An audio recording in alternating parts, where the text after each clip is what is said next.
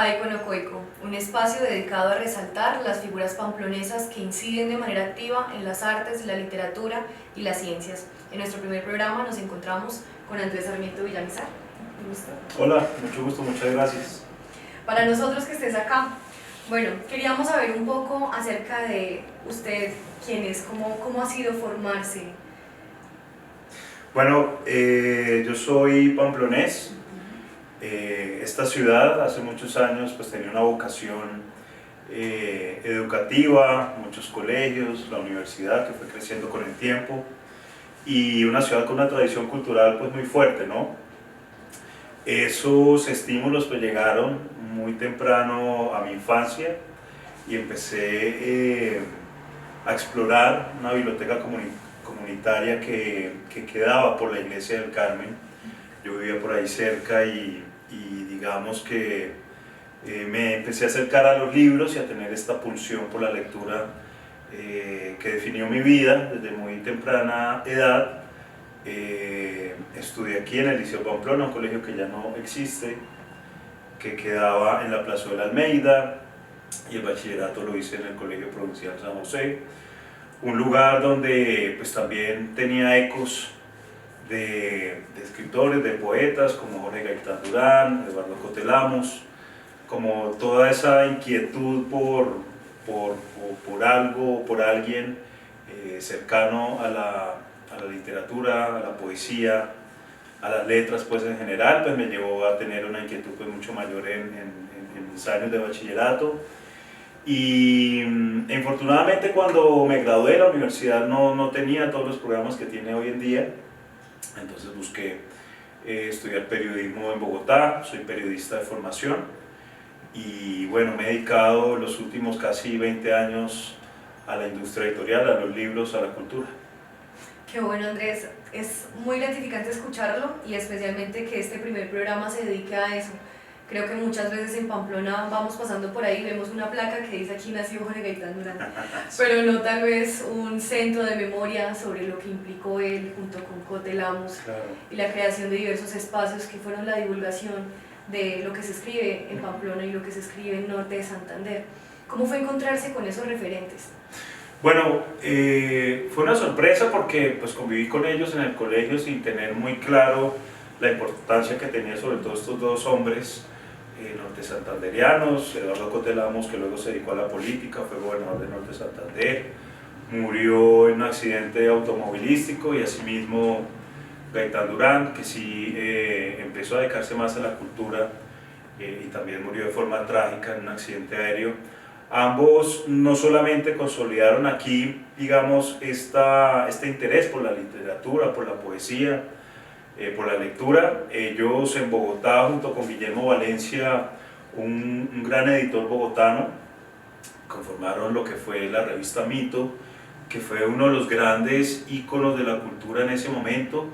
Había algún tipo de ejercicio previo en Buenos Aires con Jorge Luis Borges y Bioy Casares y unos amigos que fundaron una revista parecida, y en México igual, en Centroamérica con Octavio Paz. Entonces digamos que Gaitán Durán y Cotelamos fueron muy importantes para la cultura en general, porque empezaron a edificar este texto, esta revista, la empezaron a distribuir, tuvo una incidencia muy grande en la cultura colombiana. Eso casi no quiero decir que no sea, digamos, reconocido, pero creo que se le debe dar una importancia mucho más especial, porque estos dos hombres pamploneses, o bueno, Cotelamos se crió aquí prácticamente, también vivió en Cúcuta muchos años, pues digamos que forjaron una tradición que infortunadamente se ha perdido en la ciudad y en la región, pero que dejó una gran huella. Entonces, pues para mí son fundamentales. Estoy escribiendo hoy en día una novela sobre ellos dos, y justo estoy investigando también en el colegio donde yo también me gradué su paso por una revista que había allí que se llama El Aguilucho, los primeros escritos. Ellos no coincidieron en el mismo curso, pero dejaron rastro en el colegio, y entonces estoy como en esa investigación también es un poco mi presencia aquí en Pamplona unos días. Qué gusto, da muchísimo gusto saber que hace parte también de su oficio actualmente. Sí. Y que algo que funcionó como un referente tal vez en los primeros años de vida, ahora se pueda consolidar en una obra que se necesita. También creo que nos hace falta entender un poco de qué manera se forjan las letras en Pamplona específicamente, para darle la relevancia. Sí, de hecho uno se encuentra con estos dos personajes, sobre todo ese Cúcuta, ¿sí? Y Jorge Gaitán solo está la placa en su casa. Claro. Queda tanto pendiente. Y eso también me lleva como a querer saber, bueno, Andrés, ¿qué fue eso que usted lo motivó en sus primeros años de vida? O sea, ¿en qué momento usted dijo, con qué obra quiero dedicarme a las letras? Bueno, fue un camino muy accidentado porque, a pesar de que me acerqué a los libros a muy temprana edad, tuve un abuelo muy lector, unos tíos muy lectores, que me acercaron a la lectura de otras formas, ¿no? Además de la literatura infantil, las primeras lecturas, lo poco que había aquí de oferta bibliotecaria y oferta pues librera, ¿no? Digamos que había una librería, acá los amigos que están detrás de cámaras quizás recuerden, una librería donde vendían útiles escolares y podías encontrar alguno que otro libro. Pues ahí empezaron a aparecer las primeras lecturas junto con lo que el colegio también recomendaba y pedía en su catálogo escolar, y yo creo que eso empezó a despertar un interés por los contenidos escritos. Yo empecé a escribir desde muy chico, participando en concursos de cuento, quizás participando en concursos de ortografía, y me di cuenta pues que digamos que quería escribir o quería intentarlo, ¿no? Y cuando llegué al periodismo, pues por supuesto que un poco la vocación fue el periodismo escrito. Me acerqué mucho a la crónica, al reportaje en general, y empezó una etapa de mi vida donde quise ser cineasta. Me acerqué a la televisión, trabajé en CNN en español en Atlanta y aprendí a hacer televisión cuando el canal pues todavía estaba en auge con las noticias internacionales, y alcancé a hacer cine, escribí guiones, estuve en la producción de Paraíso Travel, la película de la novela de Jorge Franco, ahí en la producción en Nueva York, y participé en un documental que se llamó Los pecados de mi padre, que es un poco el relato del hijo de Pablo Escobar y el perdón que le dio a los Galán y a Lara Bonilla. Ahí investigué, escribí guiones, hice comerciales de televisión, hice videos institucionales, pero siempre desde la escritura, digamos desde la concepción pues del video y algo de dirección. Y hace casi 20 años viví en París, 3 años viví en Nueva York, hice muchas cosas, fui corresponsal de radio, de la W Radio, de la FM, escribí para El Espectador, y estaba casado con una belga. Cuando me divorcié volví al país, hice publicidad, hice algo de audiovisual, pero llegó a mi vida el mundo editorial. Empecé a trabajar con Santillana y empecé en el mundo de los libros. Aquí estoy.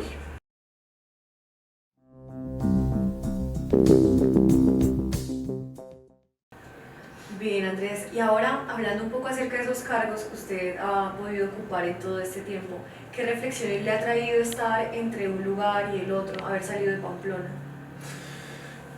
Bueno, como te contaba, digamos que han sido varias vidas, pero deteniéndome ya en lo que tiene que ver con los libros y la lectura, pues he podido estar cerca a los procesos que tienen que ver con la cadena del libro.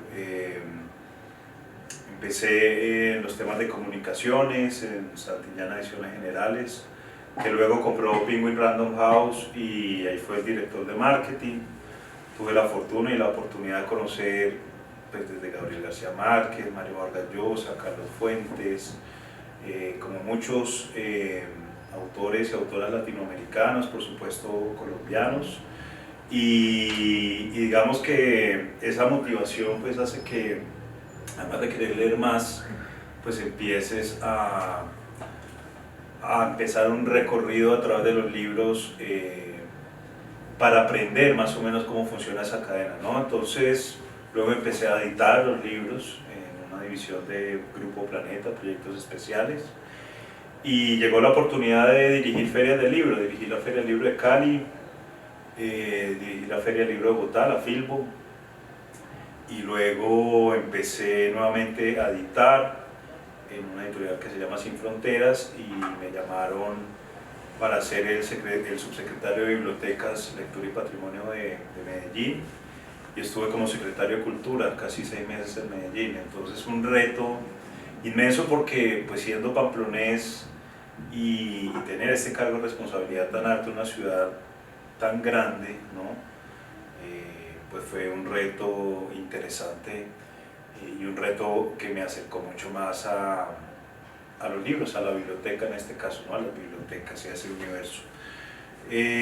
Hace poco estuve en Panamericana Editorial y bueno, nada, estos trabajos, digamos, estas oportunidades que me ha dado la vida de acercarme al libro, pues han sido muy interesantes y muy edificantes para mí, no solamente como persona y profesional, sino como lector y escritor. Me han llenado de ideas para tratar de seguir escribiendo. Claro, ¿no? Y esa ampliación que tiene del mundo, ¿no? La perspectiva que ha podido tener, no solo lo que hablábamos ahorita un poco desde la editorial y como escritor, sino también desde el cine, desde los guiones, sí, porque la manera de acercarse también varía, pero nutre mucho. Y en esta faceta de escritor, ¿qué retos has sentido a diferencia de cargos editoriales?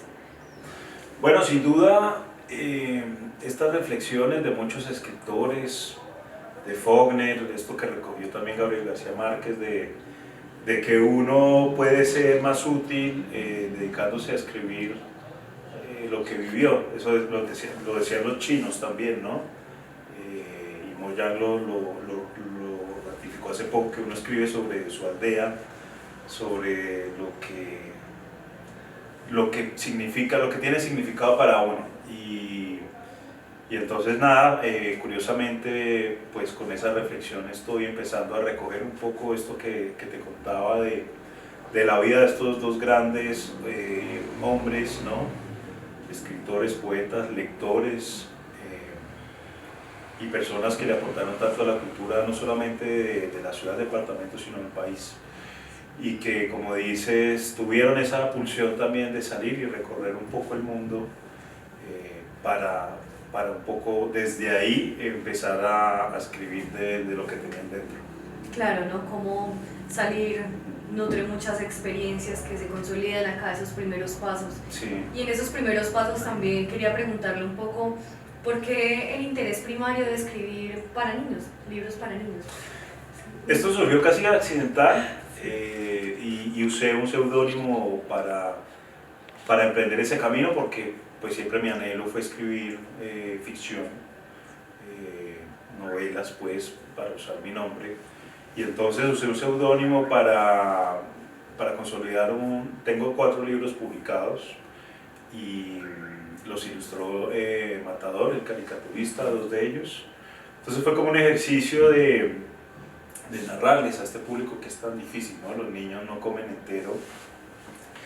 Y fue interesante porque fue, digamos, como una petición de un editor, porque yo había presentado un cuento a los premios Barcos de Vapor, que es un premio dedicado a la literatura infantil, quedó de tercero, y como para hacer algo con ese cuento decidimos ilustrarlo y darle cierta forma, y bueno, salieron esos libros que me acercaron al ejercicio ya de escritor, de promocionarme como escritor, de ir a los colegios y hablarle a los niños de la literatura. Mis libros son de animales colombianos en vía de extinción, de los ortejos del páramo, el jaguar del Amazonas, entonces digamos que llegué ahí por accidente más o menos. Pero qué bueno pensar en que desde la base de la sociedad se esté fomentando la lectura, y especialmente en un tiempo tan coyuntural como es este, la inteligencia artificial y la inmediatez de la lectura, de la producción, lectoescritura, es bastante importante. Así es. Hablando en tiempos de IA, ¿qué retos ha traído para su oficio? Bueno, no, tocas un tema supremamente importante. Yo cuando empecé en el mundo editorial estaba este vaticinio apocalíptico de que el libro se iba a acabar con el ebook. Sí. Por fortuna no sucedió. Nosotros tenemos un vínculo muy especial con el libro, ¿no? Humberto Eco, Alberto Manguel, ahora Irene Vallejo y muchas personas lo cuentan, ¿no? Esta particularidad de tener el libro físico, de oler las hojas, de ver los colores, la retención de la lectura cuando lees algo análogo, y ver el libro, el lomo, el canto del libro en una biblioteca, en una mesa, es una experiencia muy distinta a la lectura digital. En ese orden de ideas, el libro, digamos que tuvo un gran momento, por ejemplo, en pandemia, el e-commerce y digamos la necesidad de buscar libros físicos, pues fue muy importante en esa época y el libro tuvo un gran momento, ¿no? Por fortuna. Pero la inteligencia artificial es un salto en el vacío. Ya he tenido la oportunidad como editor de ver libros hechos por inteligencia artificial y es aterrador lo que está saliendo porque cada vez es más difícil seguir en la pista de si es un texto hecho por inteligencia artificial o por una persona. Y bueno, nos enfrentamos pues a un gran reto de construcción de contenidos desde la creación humana versus lo que puede hacer una máquina, ¿no? Aquí sucederán muchas cosas. Ya las editoriales están señalando y están pues, con sellos o algunos registros confirmando que su libro, que su contenido es hecho por un humano y esto pues está pasando en estos momentos. Viene, digamos, un debate inmenso de qué irá a suceder. Sí, de hecho, desde la filosofía se veía un representante que al final resultó ser una inteligencia artificial. Claro. Toda una sorpresa cuando se supone que hay un estilo, que hay una marca humana en toda esta producción, Sí. desde la reflexión, ¿no? Como pongo desde la abstracción de las ideas en papel, pero resulta que es una máquina y como tal vez ahora, y se está estudiando mucho, estamos copiando la escritura de la inteligencia artificial. Es aterrador un poco, es aterrador. Y es algo a lo que nos estamos enfrentando hoy en día. Yo todavía no tengo una lectura muy amplia de qué va a pasar, pero sí es un riesgo, sobre todo para las personas que se dedican a este oficio, tanto los escritores, por supuesto, pero diagramadores, correctores de estilo, ilustradores. La inteligencia artificial está haciendo todo.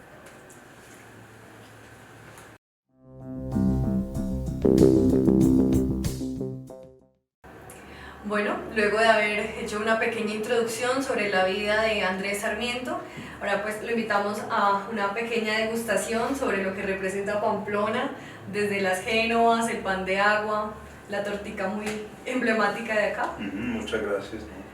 No, con mucho gusto. Qué delicia. Sí, para que no se olvide también de los sabores Nunca, están muy acá. Nunca. Qué tradición tan bonita. Sí, sí, señor. De hecho, también pensando un poco en lo que representa Pamplona, quería preguntarle mucho sobre qué modismos usted se lleva del pueblo pamplonés, qué atesora. Bueno, aquí hay una tradición oral muy rica, ¿no? Muy colonial, también con incidencias indígenas, por supuesto muy santanderiana y sobre todo también muy fronteriza. De Venezuela nos llevamos muchas cosas, uno tiene su acento un poquito trancado, pues, para sobre todo las personas del interior. Y bueno, no, muchas referencias que uno cuando viene va soltando más y cuando se encuentra con gente de Pamplona en otros lados, pues también se familiariza muy rápido. Sí, ese reconocimiento tan bonito, ¿no? También he visto que Claro. Norte de Santander es muy variado. Pues, hacia donde hace más calor y donde Claro. tal vez estuvieron los motilones con los chitareros, Por que supuesto. nos demanda a nivel cultural. Por supuesto, la provincia de Ocaña, muy cercana pues, al Cesar, con una cultura más costeña, como dicen nosotros, más andinos, ¿no? Muy andinos. Y por supuesto Cúcuta, una ciudad con una de las fronteras más vivas de América Latina o de mundo incluso, ¿no? Una frontera muy, muy viva. Claro que sí. En su experiencia, también muy como desde la escritura y la producción audiovisual, Pamplona, ¿qué ha influido en su creación? Cuando usted tiene ese proceso creativo, ¿qué tanto de Pamplona refleja en su obra?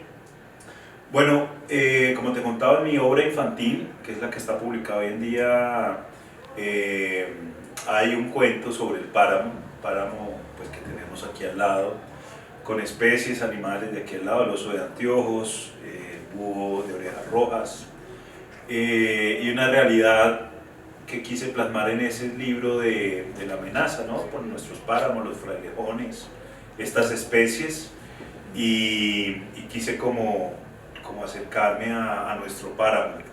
Y la novela que estoy escribiendo desde hace algún tiempo ya, pues tiene que ver con Pamplona, como te conté, con estos escritores que pasaron por aquí, dejaron huella, pero también con esa tradición muy colonial, esta tradición, digamos, de pueblo, ¿no?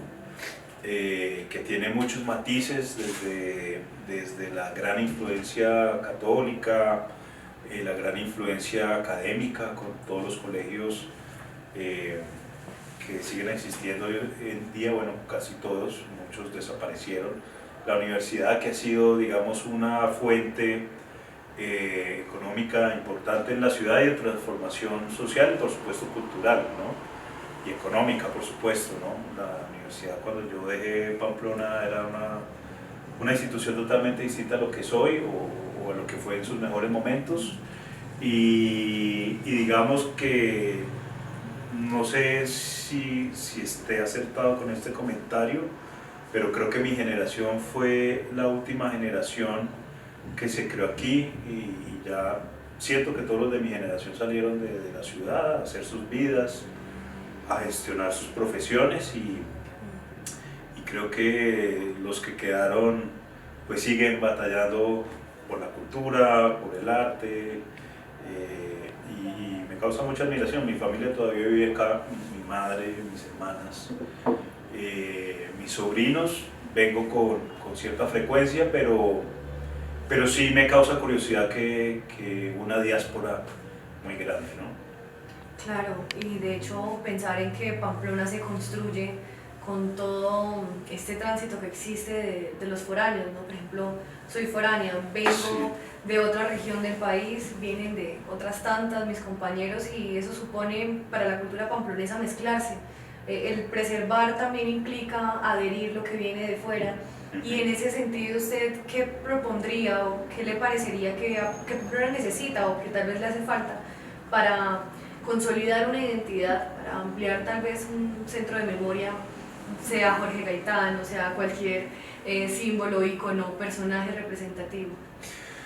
Bueno, yo creo que Pamplona no es ajena a lo que sucede en el mundo. Estos fenómenos migratorios de este tamaño y tan amplio como lo que sucede en Europa o en Estados Unidos, pues aquí se consolida de una manera particular. La universidad, como lo conversábamos ahora, se convirtió en un epicentro de intercambio cultural, sí, porque pues tuvo una población flotante muy grande de la costa caribe, del centro del país, un poco también de la frontera colombo-venezolana, Arauca, Casanare, y este intercambio cultural enriqueció a la ciudad de cierta manera, ya con generaciones de personas, porque cuando yo crecí aquí, pues la ciudad era muy hermética, era una ciudad muy tradicionalista, ¿no? Muy parroquial, por supuesto, de familias, de costumbres, y yo creo que me perdí esa parte donde la ciudad pues asumió una riqueza cultural mucho más grande, con sus pros y sus contras, porque sigue de todas maneras siendo una población ciertamente flotante. Sin embargo, enriqueció mucho los espectros culturales.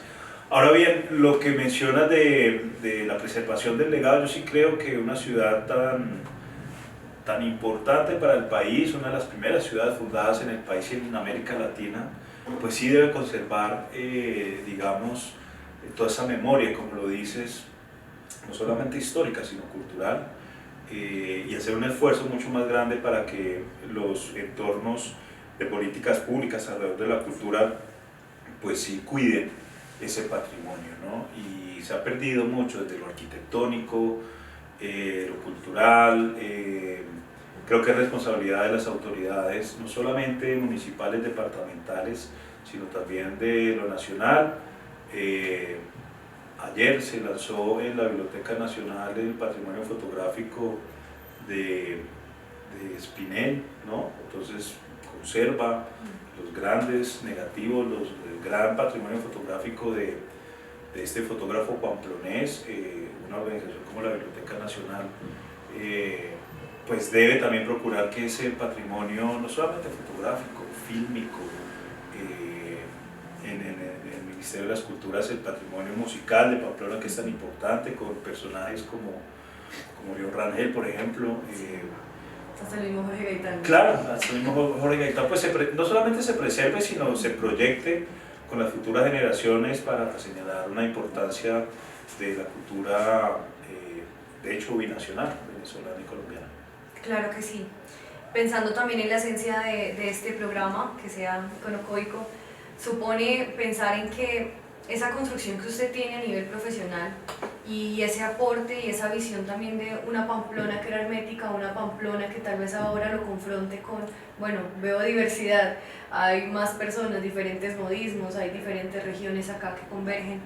¿Eso usted qué le aspira para el futuro? ¿Qué porvenir ve con Pamplona así como se está consolidando ahora? Bueno, yo me siento muy orgulloso de mi origen. Yo nací en Bogotá, a los 2 años me fui a ir a Medellín hasta los 5 o 6 y volví acá porque aquí es mi madre, mi abuela paterna también es de aquí, entonces puedo decir que más o menos un 75% yo soy coico. En ese orden de ideas he vivido en muchas ciudades, en Medellín, en Cali, en Barranquilla, viví en Cúcuta un par de años, viví fuera del país y creo que ser de región en un país como Colombia o en Latinoamérica en general, en el mundo en general, sí te desarrolla una identidad muy particular, porque digamos tu observación es distinta, ¿no? Tu empatía, se desarrolla una cierta empatía por ser de un lugar como este. Algunas personas, ¿no? No todas, pero tiene sus ventajas, digamos que crecer en un lugar como lo fue Pamplona en su época, en una época que no existía internet, no existía inteligencia artificial, no tiene como estas herramientas que lo acercan a uno al mundo. Entonces nuestra evolución como personas y como personas, digamos, intelectuales, pues sí tuvo sus limitaciones, pero con todo y eso tuvo también un desarrollo particular y eso se ve en todo el mundo, ¿no? Esto te genera una capacidad de observación muy particular a lo que puede desarrollar una persona que crece en una ciudad grande. Sí, totalmente de acuerdo con eso. Gracias por haber participado en este primer programa. No, esperamos también más participaciones claro en lo que continúe nuestro espacio. Y para finalizar, unas pequeñas palabras como que usted quisiera dejar para quienes nos escuchan. Bueno, muy agradecido de estar en este espacio, un espacio que me permite conversar, hablar contigo y por supuesto tener algún tipo de aproximación con las personas que nos ven de Pamplona y de todo el país. Y nada, digamos que no perder de vista todo el patrimonio cultural histórico de esta ciudad, que es importante no solamente para el país, sino para América Latina, desde el origen precisamente de nuestra identidad hispanoamericana. Entonces, aquí estaré, muchas gracias y bueno, nos vemos pronto. Gracias a todos por estar atentos, esperamos verlos en un próximo episodio de Iconocoico.